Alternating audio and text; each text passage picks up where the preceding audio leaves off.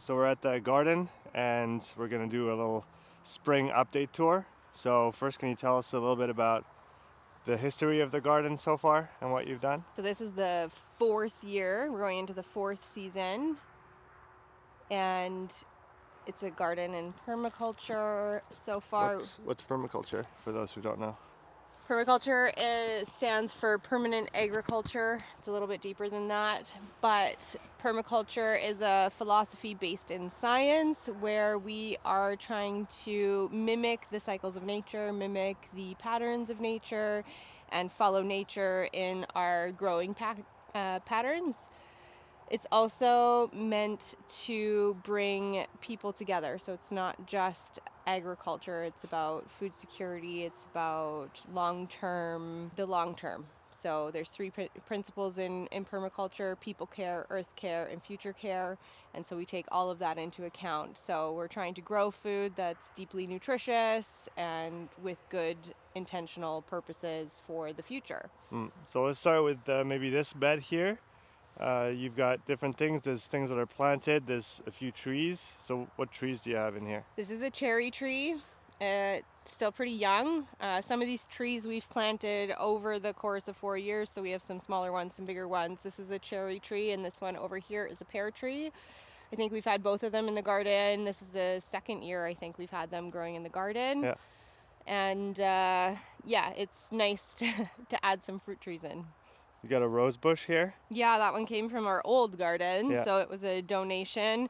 We had a whole bunch of a type of kale growing here, and I found that the kale, for some reason, either it put some kind of maybe an off-put into the soil where most of the other plants didn't like it. And so the lavender here didn't do super well, the rose didn't do super well, and so I've taken all of those out, and we can see that the rose is starting to come back slowly, so it's been struggling, but And have you planted anything else in this bed?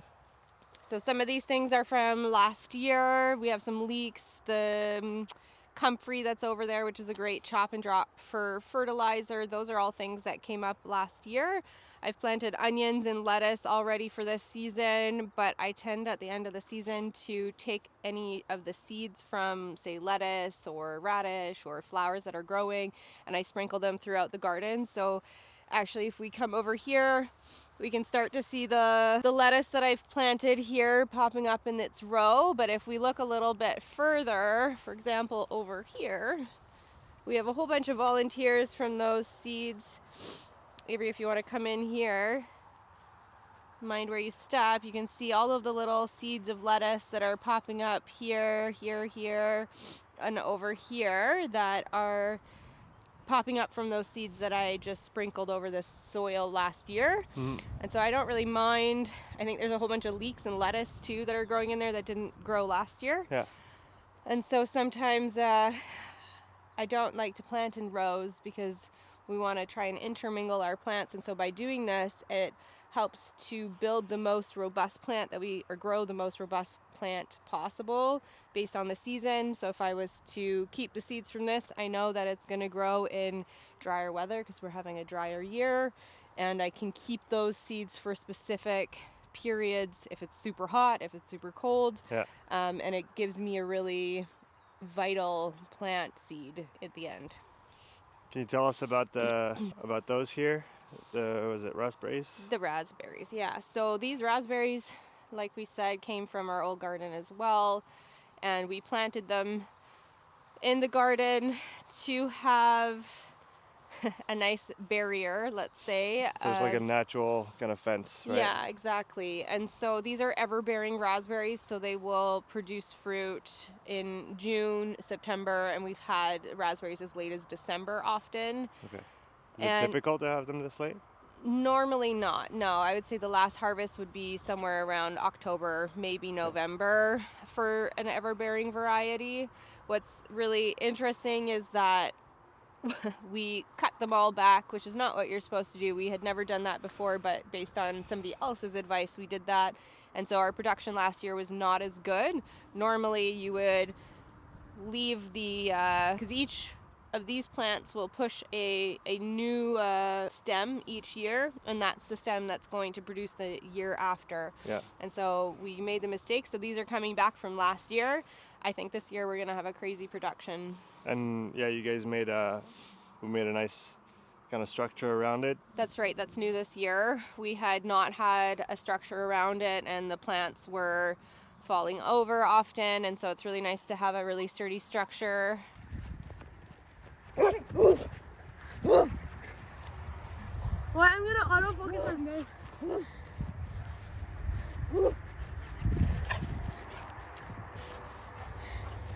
All right, so tell us about this bed over here. This is kind of a mix of perennial plants. So we have some wild violets growing. I just planted some rhubarb. Unfortunately, the other rhubarb got eaten by a vole, and so it died. And this is mostly our strawberry bed. I have some asparagus growing in here too. I'm hoping this year that we actually have some spears come up. It's the second or third year we have it. Mm-hmm. And so it should start actually producing. We have a Olive tree here. Olive tree here. How old is it? Maybe 2 years. Well, we've had it for 2 years. It's probably 3 or 4 years old total. It did produce enough last year for me to make a little 500 milliliter jar of brined olives, which was really cool to have. It's a super beautiful tree. I love the way it blooms. Some people might be surprised to see an olive tree in Switzerland because we have a more temperate climate, but we do get some Mediterranean weather from May to September, so it does grow really well. Mm-hmm. And doesn't get too cold here for it to. I haven't protected it at all this year, and it's done fine. We can see that it's starting to grow its buds here, so it's alive and well. And Got a new tree? Yeah, Or is it a bush? It's actually a dwarf version of a mulberry. Okay. And so it's called a mountain mulberry or mojo berry. And so this is the dwarf version of this tree. The full version gets very, very big. Yeah. And this one will probably get about as tall as you, 6 feet to 1.5 meters, something like that. Here you got some nettle, right, that you got from the wild?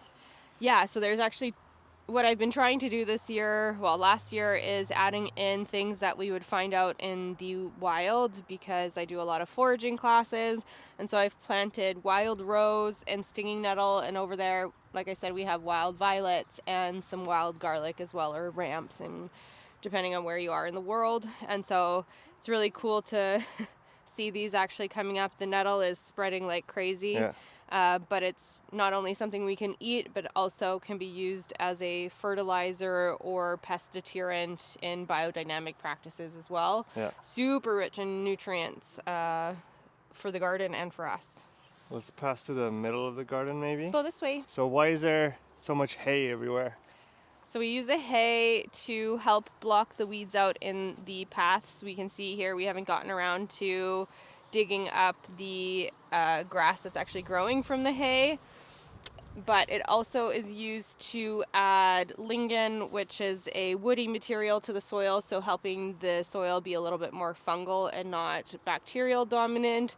It also helps to retain the moisture in the soil. So you can imagine here in an open field when it's really, really sunny, it can get up to 40-ish degrees here, and we want to try and keep as much moisture as we can. So that's 3 of the reasons why. It's also nicer to walk on barefoot. It's much nicer than the wood chips that we had. Yeah, we had wood chips before. Yeah. And that was good, I guess, to give a base, and once it kind of decomposes into the ground, that'll be a good thing. Yes. But the hay is definitely nicer to walk on. Very much so. You got some green onion over there? That's garlic, some actually. Garlic? Yeah.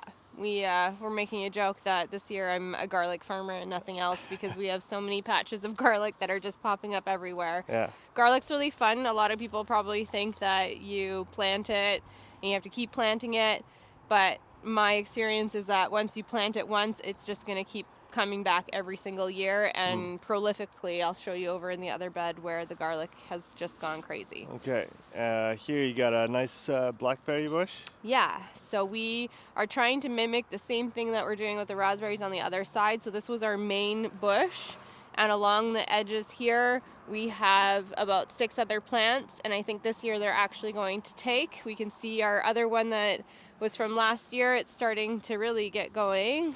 So we've bought one plant and tried to propagate everything ourselves so that we don't have to keep buying again and again. Yeah, so that one's a branch that we actually planted In into the the ground. Yeah, right? that's right. And it's coming up now, and like you said, we're going to try and do kind of a natural fence on this side as well. A natural barrier, and that's going to create more shade as well for the garden. Really what we're trying to do here is create a bit of a food forest and have it mimic a true forest. And so things like blackberries and these wild plants that I've planted usually grow on the edge of the forest, but creating a little bit more shade is again going to help with water retention and just keeping everything healthy. What tree is that? It's a prune tree. And it's...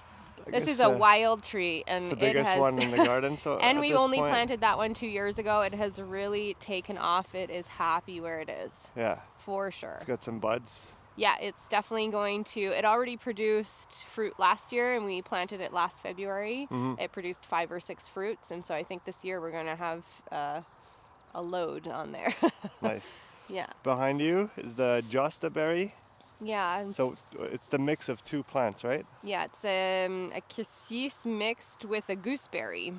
And so a Josta berry is very similar. It's a little bit sweeter than a cassis and a goose, but then looks more like a gooseberry. And we can see that it's going to produce a ton of fruit this year. It's already going with its buds. Hopefully we don't have a cold snap, but we can see here all the little flowers. These are all going to be fruit, so we should have a great. And under here is all garlic. So that's garlic I did not plant other than like a few years ago. Volunteer and so garlic, it's volunteering, and so it's nice, Ava, if you just want to come in here, because this is coming up like this, and each one of these stems will produce a whole bulb of garlic. And so when you pull these up, this is how it grows kind of in bunches. Come on, Mom. You got it. There you go. Grows in bunches, and so we can just pick these apart and replant them, and each one of these will grow a bulb, which is really exciting. So as you can see, I probably have about maybe 400 garlics growing between these beds and the other ones. Off, Bo. Here you have a bed with quite a few flowers. Yeah, this is kind of my spring bed. So the first ones to come up right now, huh? Yeah, it's all of the stuff that pops up in spring. We've got primrose, these lovely daffodils. We can see here I've got wild and cultivated strawberries in this bed. Absolutely crazy. It is not even April 1st and we already have flowers on strawberries. I have some that even have dropped their flower leaves and are starting to produce fruit. I've never seen that. It's early. It's early. Yeah. Here's your little work area. Tell us about what you're doing over here. So this is really my compost area. So we have a couple different beds going. We've got one that I just started yesterday. I'm hoping to continue to put material in there. I've got a hot compost going in there. It's a little bit early for it to get hot enough outside.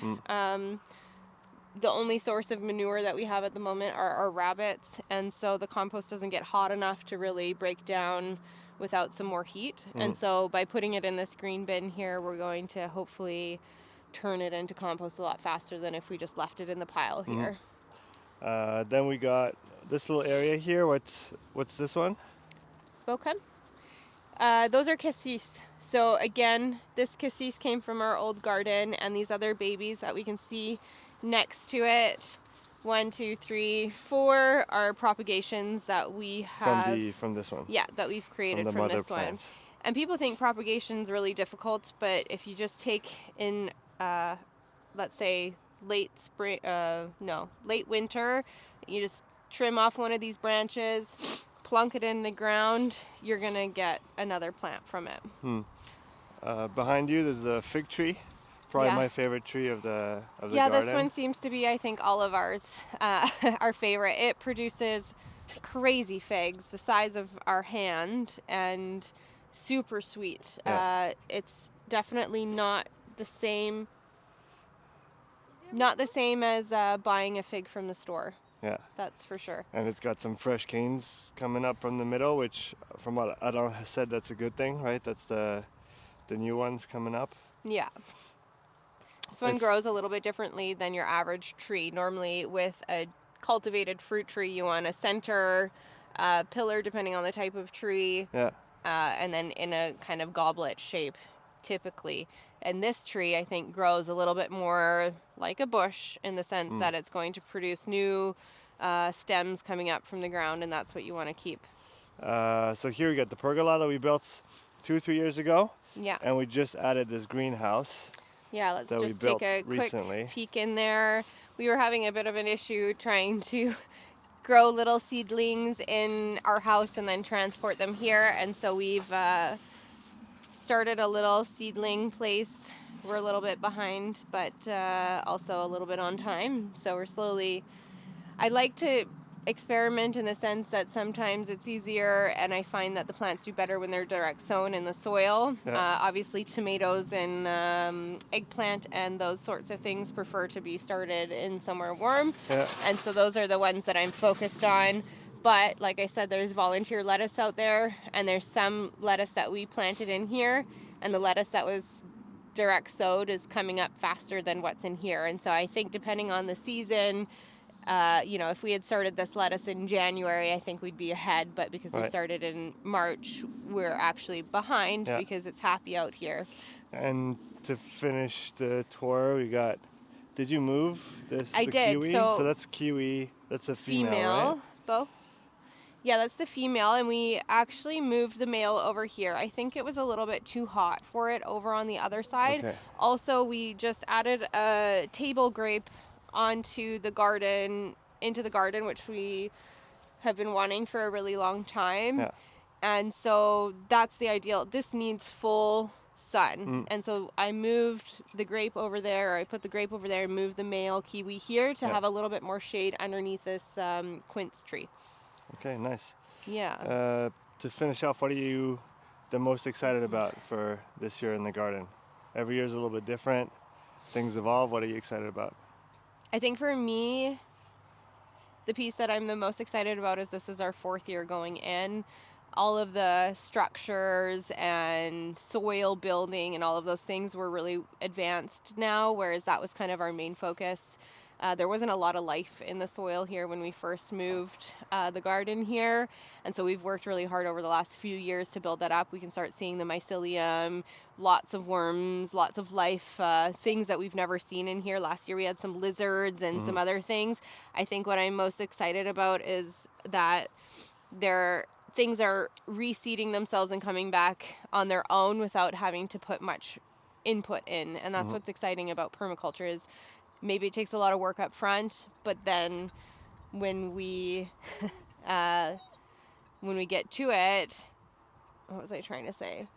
Maybe there's a lot of work that needs to be done up front, but when we leave it over time, it starts to just produce on its own, and like I said, becomes more like a forest where it's just going to keep growing. And I think that's what I'm most excited about, is I'm seeing things come back on their own. The work is going to be less, and everything is just so happy, and you can see all the fruits of our labor coming to fruition, literally. Yeah.